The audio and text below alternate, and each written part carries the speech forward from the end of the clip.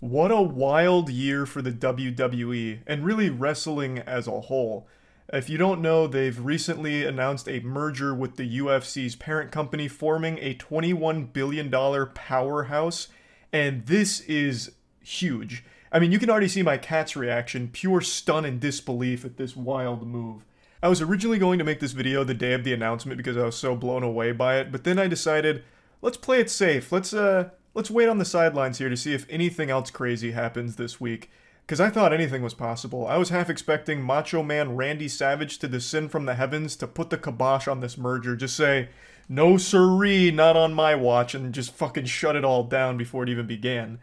But it seems the dust has settled. This merger is the future of the WWE, and reactions to it are mixed, to say the least. But I will tell you something everyone agrees on. Vince McMahon out here looking like a WWE 2K23 created wrestler. He is looking odd, and his hair looks cel-shaded. Dude looks like a car salesman who's trying to sell me a car that doesn't run.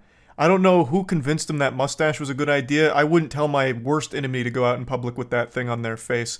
It looks like he just pecked the exhaust pipe of his truck right before going on stage. But aside from just clowning on Vince McMahon for an awful facial hair decision, there's actually quite a bit I want to talk about with the WWE itself, even outside of the merger, because a lot's been happening this year for it. Now, as I've mentioned, I grew up on Attitude Era Wrestling. I cherish it. It's very near and dear to my heart. I've only recently, over the last couple years, been getting back into the modern era of wrestling, but god damn it, I'd be lying if I said growing up one of my dreams wasn't to be like Kane. And I came close, honestly. I'm only 6 feet shorter and 300 pounds lighter than Kane, but just wait until I hit my growth spurt in the next couple years. There's still a chance. Point is, I always loved wrestling. I kind of fell out of love with it in the mid-2000s era, maybe early 2010s, and recently been getting back on the saddle and getting into the hype. I've been getting so into it that we started our own wrestling league, the Moist Wrestling League. The first episode went up last month between Chainsaw and Dow Jones, and I'm happy to announce that episode 2 premieres tonight at 8 p.m. EST. So about 5 hours after this video goes live, MWL episode 2 will drop, and I swear to God, you might need a medical professional on standby with the defibrillator because the action, the testosterone overload, as well as just the adrenaline from watching it might just give you a heart attack. So 8 p.m. EST tonight, the new MWL episode drops. Now back to the WWE situation. Now, buckle your seatbelt because I'm about to take you on a bit of a high-speed ride of lore real quick. So Vince McMahon was actually kind of forced out of control of the company after a multitude of different scandals and a ton of bad business practices. I'm not going to sit here and go through the laundry list of fucking business war crimes Vince McMahon has committed over the years. It'd be a 10-hour video. The guy's a piece of shit. He's done terrible things throughout his entire career. And last year, he was kind of forced to retire. And in his stead, he was replaced by Triple H. So Triple H assumed control of the creative direction of the WWE, and he'd been fucking crushing it. Triple H, I think, had been doing a great job making some very hype shows, amazing moments. Yeah, most recent WrestleMania, obviously, an absolute banger. That shit was a heater. And he was, I really think, killing it. But after this merger, many fans are concerned that Triple H is now going to just be toilet paper to wipe the WWE's ass. Now that the merger's gone through, Vince McMahon seems to be assuming a more active role in the creative direction of the WWE. He's kind of clawed back that power to become the head honcho instead of top the throne, which means Triple H's vision and direction won't necessarily be the final say-so or anything like that, like it has been for the last 6 or so months. So fans are concerned that this is going to lead to the WWE having a bit of a decline in quality.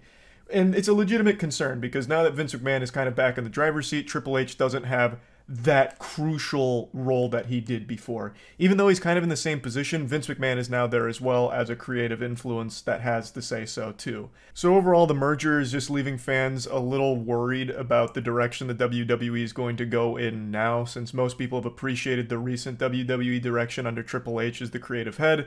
It just makes them wonder and scratch their head. Is it going to be shitty now? Is it going to go lame? Is it going to be some pussy shit? Like, what's going to happen next? And that's kind of where we're at right now. This is a huge merger. Like, even if you're not a fan of the UFC or the WWE, these two companies merging like this under one big umbrella is huge. That's a $21 billion valued business right there. And obviously, this opens the door up to a lot of crossover. So Conor McGregor, for instance, was kind of teasing about being like a WWE champion as well as UFC champ, shit like that. And you could have the opposite happen. Like Brock Lesnar, for example, is a WWE wrestler, has been for a long time, but also did compete in the MMA, in the UFC. Like, there is a lot of room for crossover now, which leads to a lot of potential, which I think is kind of exciting, even if the direction of a lot of the crossovers might be a little weak. I've always appreciated goofy crossover stuff, so I think that has a lot of potential to be fun. But who knows, really? This isn't the only big thing the WWE's been experimenting with recently. I think many of you may have forgotten, or maybe never even knew in the first place, but Vince McMahon was actually trying to legalize betting on the scripted matches of the WWE.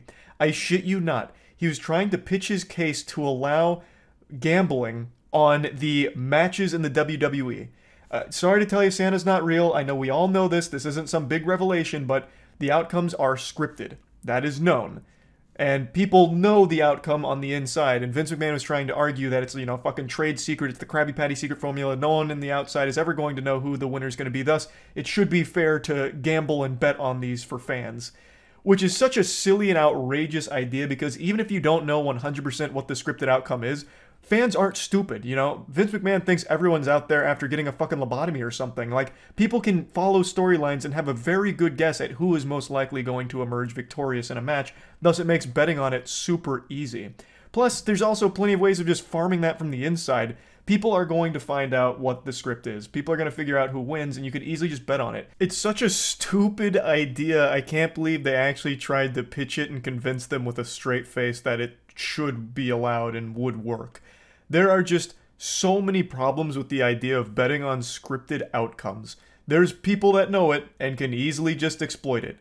But yeah, that was just a really silly one. I don't think that's going anywhere as of right now, at least not that I've seen. I don't have any updates to it other than them desperately trying to figure out ways to convince regulators that it should be allowed. But yeah, the WWE's in a really weird spot right now, especially with its diehard fans that have supported them for years.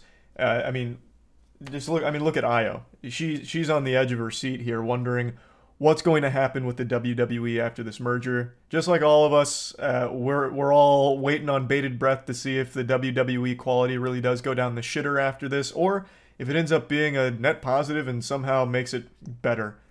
We'll just have to tune in and see, I guess. But anyway, I just wanted to talk about it a little bit because I thought it was pretty wild, and that's about it. See ya.